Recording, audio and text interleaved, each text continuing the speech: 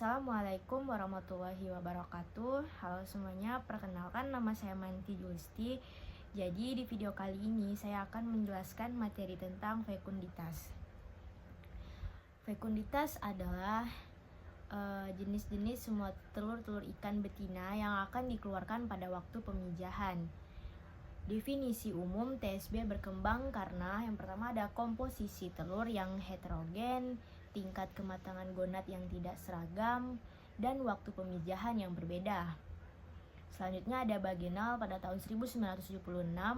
Fekunditas adalah jumlah telur matang yang akan dikeluarkan. Adapun fertilitas yaitu jumlah telur matang yang dikeluarkan oleh induk. Ini adalah contoh ikan salmon betina yang matang gonad. Selanjutnya ada beberapa jenis fekunditas, yaitu ada fekunditas individu yang dimana jumlah telur dari generasi tahun itu yang akan dikeluarkan baik digunakan pada ikan yang memijah 1 tahun sekali. Yang kedua ada fekunditas relatif, jumlah telur yang dihasilkan selama hidup. Yang ketiga ada fekunditas total, yaitu jumlah telur persatuan berat atau panjang. Selanjutnya di sini ada fekunditas individu, yaitu fekunditas mutlak yang hasilnya itu fekunditas total yang dimana jumlah telurnya yang terdapat dalam ovari ikan. Memperhitungkan telur yang ukurannya berlainan, memperhitungkannya harus diikutsertakan semuanya. Telur diambil dari beberapa bagian ovari. Selanjutnya ada fekunditas individu yang dimana jumlah telur dari generasi tahun itu yang akan dikeluarkan tahun itu pula. Telur yang besar akan dikeluarkan pada tahun itu, yang kecil tahun berikutnya. Penentuan fekunditas ikan apabila ovari dalam TKG 4 paling baik sesaat sebelum terjadi pemijahan.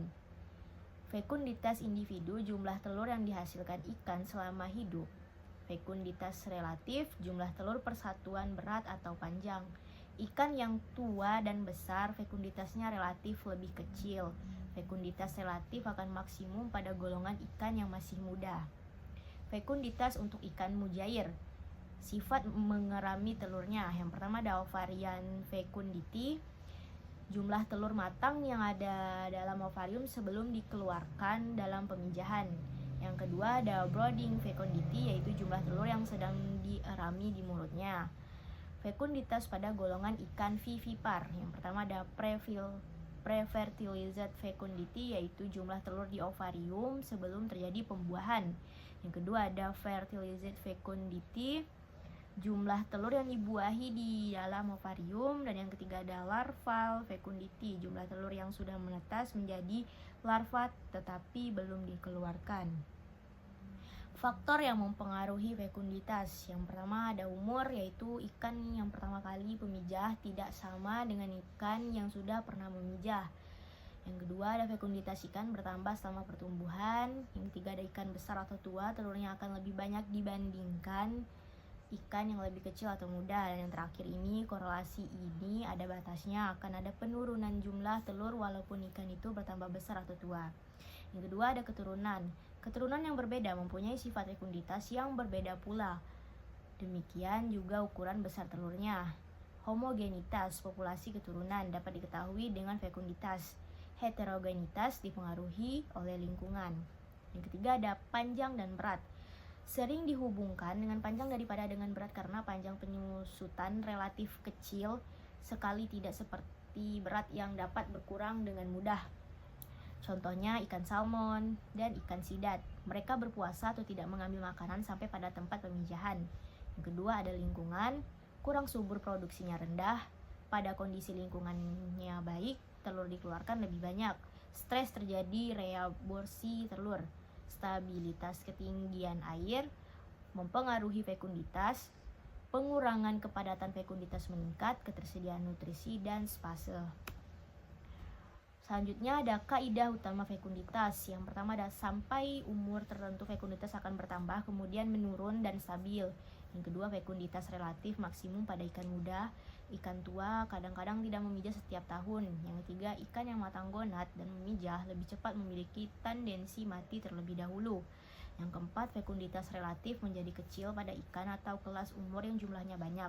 Terjadi pada ikan dengan jenis makanan berbeda pada setiap kelas.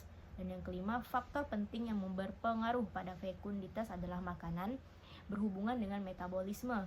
Yang keenam, ada ikan kecil dengan kematangan gonad cepat dan fekunditas tinggi, diduga terkait kandungan makanan dan predator dalam jumlah besar. Yang ketujuh, fekunditas populasi untuk jenis yang sama dapat berbeda terkait kondisi lingkungan. Yang kedelapan, fekunditas merespon perubahan persediaan makanan, pertumbuhan atau penyesuaian. Dan yang terakhir, kualitas telur, kuning telur terkait umur dan persediaan makanan sehingga dapat berbeda antar populasi. Hubungan fekunditas dengan beberapa parameter. Yang pertama, fekunditas dengan panjang sering dihubungkan dengan panjang daripada berat karena panjang relatif penyusutannya sangat kecil sekali, tidak seperti berat yang dapat berkurang dengan mudah. Sampling yang berulang harus berhati-hati waktu gonad sedang tumbuh. Hubungan fekunditas mutlak dengan panjang ikan. F sama dengan ALB. Keterangannya, F itu adalah fekunditas, L itu adalah panjang ikan, A dan B adalah konstanta. Persamaan ditransformasikan ke logaritma, yaitu log F sama dengan log A ditambah log B sama dengan L. Harga eksponen B berkisar antara 2 sampai 34 dikurang 5 sampai 5,28 dan kebanyakan berkisar di atas 3. Fekunditas dengan berat. Karena berat lebih mendekati kondisi ikan itu daripada panjang, terdapat beberapa kendala. Yaitu kendalanya berat cepat berubah pada musim pemijahan, material untuk pertumbuhan gonad diambil dari jaringan somatik. Hubungan fekunditas dengan berat. F sama dengan A tambah BW. Keterangannya, F sama dengan fekunditas, W itu berat ikan, dan A dan B adalah konstanta. Fekunditas dengan umur. Ikan tua dan besar ukurannya mempunyai fekunditas lebih kecil. Fekunditas relatif akan maksimum pada golongan ikan muda. Fekunditas pemijahan berganda. Ikan yang dipijah berulang-ulang dalam waktu yang lama akan melibatkan persoalan telur cadangan dan telur yang sudah berkembang. Kriterianya ada tidaknya kuning telur, jumlah telur yang mempunyai kuning telur yang dihitung fekunditasnya pada musim itu. Dengan membandingkan jumlah telur yang sudah mempunyai kuning telur dengan jumlah telur yang sudah sangat berkembang, dianggap dapat memberikan jumlah telur pada kelompok yang dikeluarkan tiap musim. Fekunditas dengan ukuran telur biasanya digunakan untuk menentukan kualitas yang berhubungan dengan kandungan kuning telur. Telur yang berukuran besar menghasilkan larva yang berukuran besar daripada yang berukuran kecil. Dalam membuat perbandingan ukuran telur dengan fekunditas harus berasal dari ovari yang sama tingkat kematangannya. Biasanya ukuran telur dan ukuran panjang ikan berkorelasi positif. Fekunditas dengan ras. Ras berbeda memiliki fekunditas yang tidak sama, demikian juga ukuran besar telurnya. Populasi dapat diketahui homogen atau heterogeni. Ikan dari satu spesies hidup dari berbagai habitat yang berbeda dan garis lintang yang mungkin mempunyai perbedaan telur dalam fekunditasnya. Selanjutnya ada fekunditas dan populasi, merupakan jumlah semua telur dari semua fekunditas mutlak ikan betina yang akan memijah, yaitu semua telur yang akan dikeluarkan dalam satu musim pemijahan. Jika diketahui struktur umur dari populasi tersebut dan jumlah masing-masing anggotanya diketahui, maka fekunditas populasi dapat diketahui. Pada tiap tahun fekunditas populasi tidak sama sebab variasi ini berhubungan dengan komposisi umur, faktor lingkungan atau persediaan makanan, kepadatan populasi, suhu perairan, DO, dan lain-lain. Ikan-ikan yang hidup di perairan kurang subur, produksinya telurnya rendah. Apabila satu populasi dalam beberapa tahun jumlahnya menjadi sangat berkurang akibat penangkapan, hal ini akan memperbaiki persediaan makanan untuk populasi sisa. Ternyata dari populasi sisa tadi fekunditasnya semakin bertambah, sedangkan ketika populasi tadi masih lengkap atau jumlah besar, fekunditasnya kecil. Fekunditas dalam aquaculture. Yang pertama, jumlah telur yang dihasilkan oleh ikan pada waktu pemijahan alami atau buatan. Kegunaannya terutama dalam persiapan fasilitas budidaya ikan untuk keperluan selanjutnya. Kegiatan yang berhubungan dengan kajian fekunditas ada 3, yaitu cara mendapatkan telur, cara mengawet telur, cara menghitung telur. Cara mendapatkan telur yaitu pada waktu musim pemijahan, induk ikan dengan telur yang sudah masak, induk tidak dibunuh. Pengeluaran telur dengan stripping, ditampung pada suatu tempat, dihitung atau diawetkan. Telur-telur yang tertinggal tidak dapat dihitung, dipakai untuk pemijahan pembuatan. Mengambil telur dari induk ikan dengan mengangkat seluruh gonad dari dalam perut ikan atau segar, yaitu awetan. Digunakan untuk ikan yang sudah mati, langsung mengawet ikan contoh ke dalam es. Selanjutnya ada umumnya dilakukan di laboratorium. Telur yang digunakan harus sudah diawetkan utuh atau telurnya saja. Bahan yang digunakan yaitu larutan formalin, umumnya 10%, larutan Gilson mengeluarkan telur melepaskan jaringan ovarium. Pendinginan untuk telur dalam keadaan segar. Cara menghitung telur.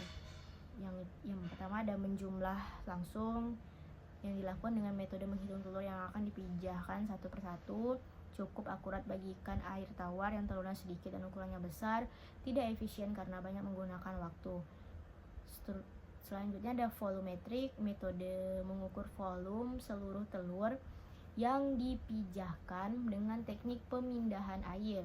Gonad kering, angin diukur volumenya, lalu dikering anginkan lagi, kemudian diukur sebagian kecil telur, ukur volumenya. Jumlah telur yaitu X dibagi X sama dengan V dibagi V. Keterangan X jumlah telur yang akan dicari per butir. X adalah jumlah telur, contohnya per butir. Volume seluruh gonad atau berat seluruh telur gonad per gram. Volume gonad contohnya L, volume gonad contohnya gram. Selanjutnya ada gravimetrik, metode yang dengan volumetrik hanya isi diganti dengan berat tiap-tiap telur sama hilangkan pengaruh kelembapan. Seluruh gonad harus benar-benar kering udara. Jumlah telur sama dengan X dibagi X sama dengan G dibagi G. Gabungan gravimetrik, volumetrik, dan hitung. Metode yang digunakan apabila butirnya sangat kecil.